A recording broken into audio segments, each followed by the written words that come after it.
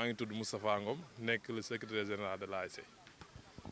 macha allah président tey ñu ñëw tey gis ni tey Thiès yéen da ngeen a war a yóbbu couleuru Thiès fële ca Mbour défendre ko tey en tant que équipe bu mag xel gi tey naka ngeen di waajalee seen phase régionale yi. Bon naturellement comme niñ doon waajalee yenn échéances yi fi jaar parce que bon ku wax xel gi wax 30 ans équipe mënu koo am continuer di nekk équipe bu ndaw du coup boo xoolee ces 5 dernières années bon ñëw nañ imposé wu wan ni voilà vraiment ñun amoon nañ place si les ténors au niveau de Thiès bon comme ni ñuy wax Dieu fait bien les choses daaw ñu entamé benn wax dëgg yàlla benn trajectoire bu extraordinaire sincèrement ñu dem yàlla may ñu qualifié finale zonale yàlla def décision préfectorale génn ajandi woon kii nawetaani ñu ñëwaat cette année ñu jox ñu opportunité peut-être ODCAV pour ñu yeggale finale bi alhamdulilah ñu nekk champion zonal si lancé boobu rek bon la ñuy demee parce que gis nañ ni après def nañ tirage au sort parmi les demi-finalistes yi nga xam ne waroon nañoo jouer les phases départementales loolu c'est à préciser yàlla def xel gi génn sorti du lot nekk première ASC bi nga xam ne dafa rejoindre ASC Walidane bi nga xam ne day défendre titre ak ASC Mbour 1 kon donc waaj bi moom defe naa ni comme ni ñu doon waajale yeneen échéances yi dem wax dëgg yàlla représente particulièrement le quartier parce que xel gi da R100 mais représenter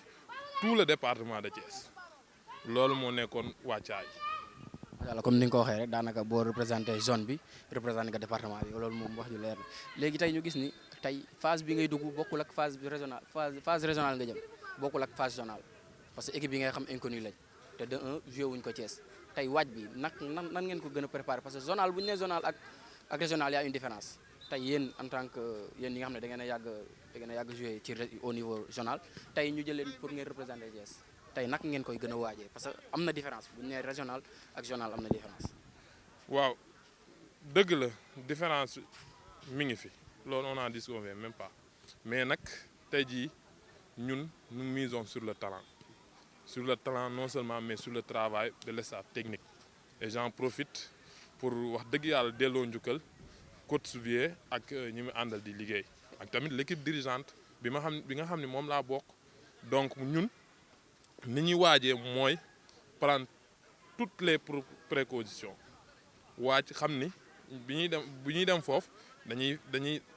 dañuy fekk ji ñoo xam ni peut-être boo waxee ASC bu mel ni Santhiou du ASC bu n'importe quel ASC au niveau de Mbour kon donc ñun jël nañ suñuy matukaay pare nag pour wax dëgg yàlla entamer aventure boo xam ni ñu ngi si yaakaar ndam lu rëy ndam lu kawe suñu njot parce que demuñu foofu rek pour doon ay figurants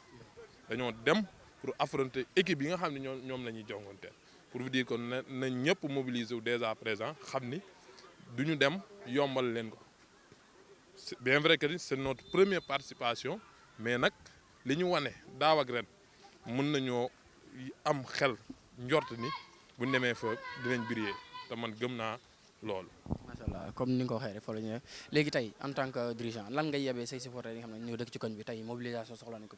parce que du joué wuñ Thiès ñu ngi joué ba Mbour ban message ngay lancer say supporters ak kii violence bi tamit.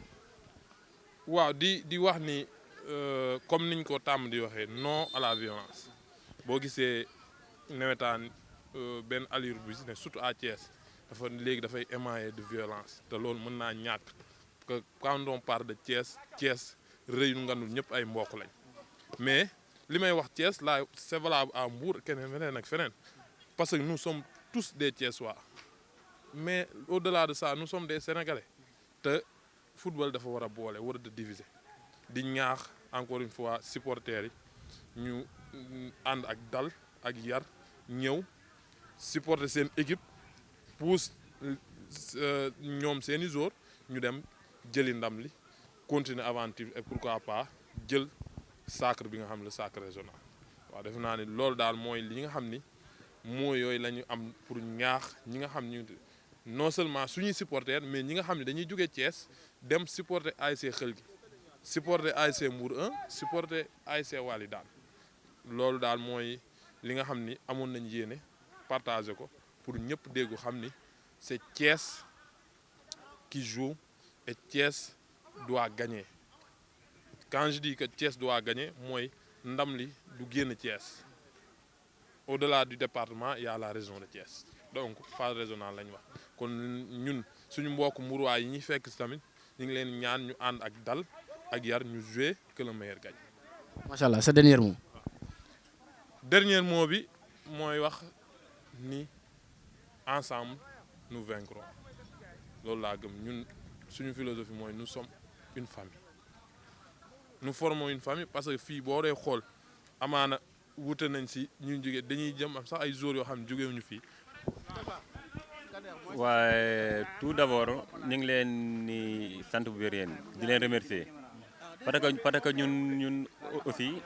li ngeen def nii soxla woon nañ ko te yéen yéen a ngi def liggéey bu am important même bu dul sax c'est la première fois ñuy toog di waxtaan yéen a ngi soog a ñëw mais yéen a ngi def liggéey bu am important quoi biir Thiès. waaw parce que bu leen neexoon ngeen dem ci yeneen équipe seeti mais da ngeen a boole Thiès yëpp nekk benn équipe yu war a dem régional yëpp ngeen dem ngeen seeti ko waaw tout d'abord kon donc waa CLTV ñu ngi leen di remercier donc ñun nag régional yi suñu objectif dafa nekkoon ren lépp luy compétition si biir nawetaan incha allah dañu ko bëgg compétir vie ko ba mu jeex ba buñu ko mënee jël ñu jël ko suñu borom nag moo yor ndam moo xam lu muy dogal quoi. parce que ASC Xël ku xamoon ay depuis des années si ginnaaw 4 ans si ginnaaw 5 ans ak fi mu toll nii di nga xam ni y a beaucoup de changement quoi voilà moo tax liggéey nañ ci loolu suñu borom nag def ñu qualifié en régional dinañ dem donte nag sax bon dinañ dem xam naa dinañ fa fekk peut-être benn atmosphère boo xam ni habitué wuñ ko Thiès parce que équipe bu Mbour lañu am suñu première match mais on va essayer de faire avec l'appui de tous les dirigeants. en plus ak lii quoi supporters yi. tey nga wax lu am solo ba nga waxee na nga ne dirigeant wax supporter tey ñu gis ni supporter rôle bi muy joué ci biir nawetaan bëri na tey ñu gis ni problème bi amoon daaw problème supporter la ren nag nga am chance yow war a dem représenter Thiès au niveau régional lan nga yabee say supporter parce que violence dañ ko war a wàññi. waaw d'accord déjà yow maa ngi lay remercier ci question boobu quoi parce que xam naa ne question boobu moom soo pareewoon ba laajoo dina nekk problème. parce que violence yi en général bon je pense que ni loolu neexul kenn te loolu kenn du ko séene ñun nag mën na nangu sax équipe ñu gagné sa équipe nga toog kaas nga frustré loolu fépp la même Real de Madrid da ngay nekk Sénégal fi ñu gagné Real de Madrid nga kaas mais je pense que ni foofu la war a yem quoi warul àgg feneen ñun nag yàlla dogal na suñu supporter gis nga bu caméra bi jëlee ay booy ya fi ne ay xale yu ndaw te mën nañ ni ñun dirigeants yi presque ñooy supporters yi ak cadets yi. waaw donc supporters yi ñun ay supporters xale ndaw la ñu am ñun suñu leen gisee ñuy def naka sul noonu sax dañuy wax ak ñoom ñu laa di yem loolu moom yàlla moo ñu ko may macha allah waaw loolu nag di si ñaax ñëpp te xam ni tamit booy peut-être après su ngeen fi toogoon ba entraînement bi jeex di ngeen fekkee bu ñu waxtaan ak booy parce que ñun noonu la ñuy demee fépp quoi v sans violence waaw soo gañee nga jubile suñu la gañee nga laa di ñibbi quoi surtout nga am tamit ay supporters yoo xam ni ay ndaw lan ay xale lan boo ko amee yow bi nga xam ne yaay mag ci équipe bi yeneen dirigeant yeneen jël ñu nekk seen responsable quoi donc lu si mën tam responsabilité yéen lañ koy wax te booy tey suñu defoon violence ba équipe bi ñu laat koy aj genre bon mën na ni booy seen di leen perte mais da ngay xool ñëpp lu ñu investir seen état ñëpp xam na ni investissement la donc investissement boo xam tax da ngaa investir pour lii quoi perte. Bon, tout le monde sait comment ça s'est passé les phases régionales. On a donné gain par tirage, comme les gars ont fait. Donc, je pense que mon phase yo xamanteni phase yu metti lay doon parce que équipe championne rek nga fay dajal. Donc, message bi nga xamanteni mom la ni yeb sunu joueurs yi, comme je l'ai dit et je l'ai toujours dit, moi qu'on essaie de représenter dignement le département de Thiès. Voilà, je pense que l'objectif c'est au moins d'aller en finale. Voilà, donc il faut être ambitieux dans la vie. Donc c'est une première, donc c'est la première fois que nous participons à des phases régionales. Donc nous devons marquer l'histoire. Donc le message c'est très simple, essayer de tout faire pour gagner le premier match. Je pense que c'est mon consigne quoi. Voilà. waaw tey ñu gis ni message boobu boo ko jàllee si joueur yow en tant que dirigeant ban taxawaay nan ngeen di waajee seen loolu parce que wax nga ko sa biir c'est la première fois ngeen di dem représenter Thiès au niveau régional yéen en tant que dirigeant nan ngeen la war taxawee. Voilà, donc en tant que dirigeant comme ni ñu ko doon defee à chaque fois rek parce que donc ñun mën naa ni ñoo nekk ci ginnaaw équipe bi donc suñu taxawaay mooy sensibiliser les joueurs les supporters xam nga koñ bi bon en résumé le département de Thiès à ce que tout ce qui nous en tant que dirigeant tout ce qui est du côté administratif je pense que ni ñun doon ko war a liggéey te yaakaar naa ne on est prêt sur ce plan là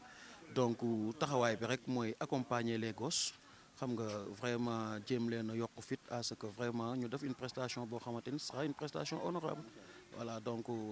football moom da ngay gagner wala ñu gagner la mais à chaque fois quand on te gagne aussi tamit que les gens sachent que ni vraiment l'équipe a très bien joué donc man moom défaite ragaluma ko quoi c'est-à-dire manière de jouer là yu sans problème quoi te je sais que ni avec cette équipe qu'on a vraiment je sais que ni on peut aller chercher quelque chose au niveau de Mbour. tey ban message ngay jàllale say supporters. Voilà message bi moom yaakaar naa ni moo door benn la mooy venez massivement le mercredi donc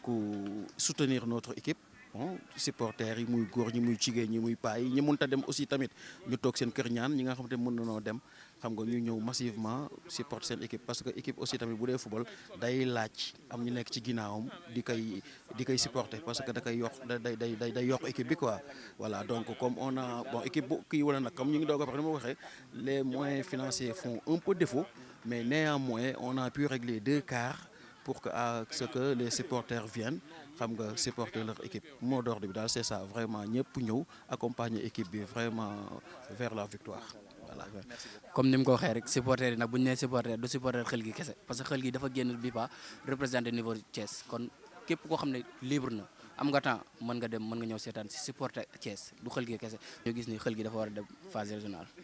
est-ce que yow ba ngay jënd say joueurs est-ce que xalaatoon nga ni est-ce que yaa ngi doon bàyyi xel niveau régional bi nga doon jouer ak qualité joueurs yi nga jël. bon salaamaaleykum ma leen di nuyu yéen ñëpp di leen ziar di rafetlu interview bi parce que c'est pas évident parce que ASC yi bëri nañ te yéen a ngi def tour ASC yi di ci dem ak seen i ay propres moyens te loolu vraiment nekk na loo xamante ne bi mooy loolu. bon pour répondre à votre question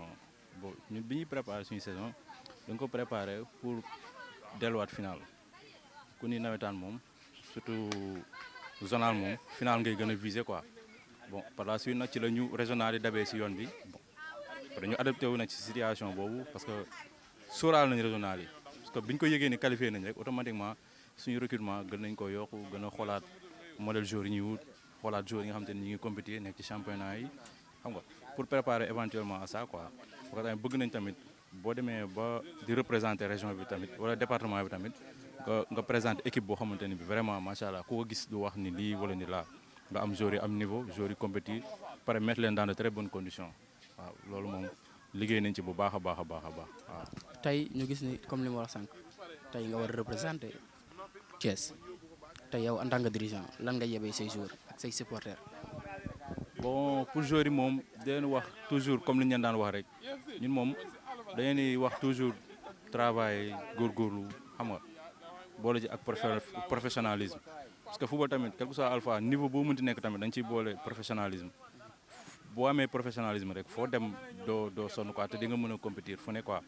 voilà joueurs yi moom chaque jour ci loolu lañ leen di wax liggéey tout le temps dañuy exiger tout le temps ñu ñëw entraînement tout le temps ñu respecter consigne coach bi d'autant plus tamit ñoom si boppam la ñuy njëkk a exonérer pour ñu moytu violence wala ñuy créer problème si terrain bi ñun moom loolu duñ ci ànd ak benn joueur boo ko si def tamit am na fu ñuy kiiwante ak yow quoi. supporter tamit ñu ngi leen di jéem a canaliser di leen sensibiliser le maximum pour que ñoom tamit ñu xam ni carrément football fo la agréé waaw déjà li ci gars yi di dépenser yëpp uniquement pour koñ bi kese la neexal koñ bi. merci beaucoup salaamaaleykum maa ngi nuyu internetu CLTV man Moustapha Ngom laa tudd di secrétaire généralu ASC Xel gi DR100 merci. macha allah tey dirigeant en tant que dirigeant. tey ñu gis ni dañoo tirage pour ñi war a représenter Thiès au niveau régional tey ñu gis ni xel gi génn ci mu doon première équipe bi nga xam ne moo war a fekk ci wàll daan ànd ak moom dem niveau régional yow en tant que dirigeant nan nga dundee nouvelle bi ak nan ngeen koy waajalee. waaw bon di wax alhamdulilah dans un premier temps bon c'était pas évident vu que ni tirage au sort la mais nag force est de constater il y a le mérite il y a du mérite parce que daaw dañu def saison bu extraordinaire mooy dañoo qualifié finale zonale yàlla def arrêté préfectoral génn ajandi woon nawetaani. Cette année, on a repris, alhamdulillah, on est champion zonal, zone 3B. Bon, si loolu la ñu wootee ndaje boole équipe yi nga xam ni yëpp qualifié woon nañ phase départementale 2024. Et Dieu merci ñu génn rejoindre l'ASC Walidane bi nga xam ni moo war a défendre son titre ak l'ASC Mbour 1. Bon, comme niñ ko naturellement lañ koy waajee vu que ni on a essayé de garder la même équipe vraiment essayé ko tamit renforcer am ay quelques renforts sur le plan du management équipe dirigeante wax dëgg yàlla taxawaay bi mu amoon daaw da ko gën a yokk kon ñu ngi si ànd ak xel mu dal ak am yaakaar gu fort nag ni incha allah bu ñu demee on va briller là-bas à Mbour. tey ma dégg sànq ngeen koy raas tey ñu gis ni est-ce que autorité yi Thiès ñëw nañ appuyer équipe bi nga xam ne ñoo war a représenter Thiès plus particulièrement xel bi. Voilà exactement et c'est le moment de les appeler que ñu ñëw participer à l'effort de guerre parce que ñun on ne représente pas un quartier bien vrai que ni ñun R100 la ñu dëkk xel gi da R100 mais nous représentons ñun ak Walidane ak Mbour 1 tout le département kon donc damaa jàpp si su loolu amee la moindre des choses mooy une participation symbolique des autorités du département et j'en profite pour les appeler que ce soit muy honorable député Amadou Ba mi nga xam ni c'est un fils du quartier R100 la doxee presque enfance am bi yëpp kon donc ñu ngi koy woo mu ñëw teg ci loxo. Il y a aussi le maire de la commune de Thiès-Est muy maître Ousmane Diagne nekk un digne fils du quartier vraiment ñu ngi koy woo tamit mu ñëw participer. Adama Diawara PCS ANER c'est un fils du quartier ak ñeneen ak ñeneen ak ñeneen ak ñeneen kon donc képp koo xam ni rek yàlla def na ni yaa ngi nekk autorité ak waxuma la sax ki nga xam ni sympathisant la bonne volonté nañu ñëw participer parce que nawetaan tamit ay surtout que contexte bi ñu nekkee ça demande des moyens soo xoolee équipe bii caaxaan constitué wu ko constitué ak yeneen ngay déplacé wu fii ba Mbour am ay charges yu la war transport restauration logement et tout kon donc on ne commande pas nag mais nag on les appelle que ñu ñëw au moins ñu symboliquement ñu yokk ñu doole.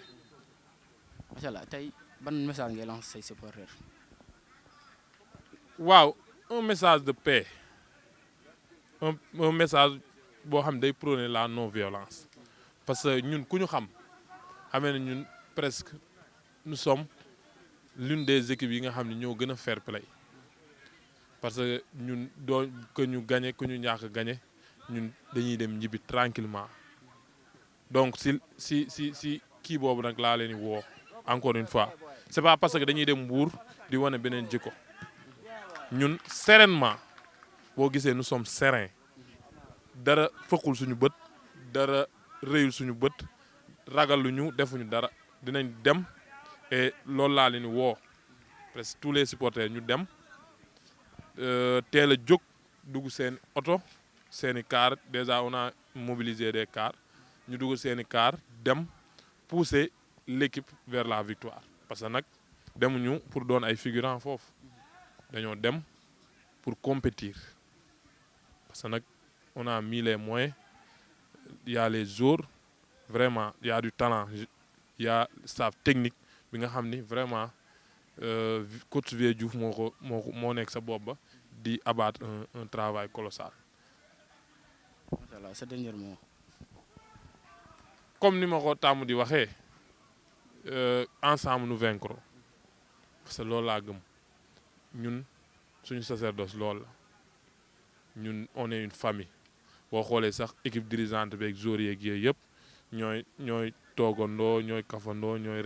reerandoo des fois et tout donc amul lenn lu ñuy tiit échéance régionale la bien vrai que c'est notre première participation mais loolu taxul ñu war a mën a courber le dos ñun fu ñu dem dañuy garder la tête haute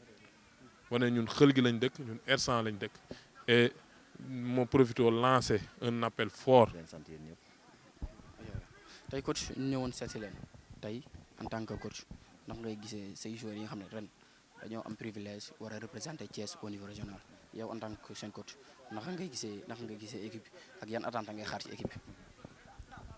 waaw pratiquement comme ni nga ko waxee rek nous avons des joueurs yoo xamante ne on s'est qualifié bon on nous a désigné pour représenter la région au niveau régional mais boy yi ma gis nii ñoom ñoo joué daaw et ñi seetaan ñëpp gis nañ ne boy ils ont ce niveau ils ont le niveau pour représenter le département au niveau régional et wax dëgg yàlla d'après état de forme bi ñuy présenté nii on espère quelque chose parce que ñun li ñuy préparé la ñu xam donc li ci des moom ce qu'on trouvera là-bas inchallah on s'adaptera et gëm naa ni inchallah rabbi avec l'état de forme qu'ils ont on peut espérer quelque chose inchallah.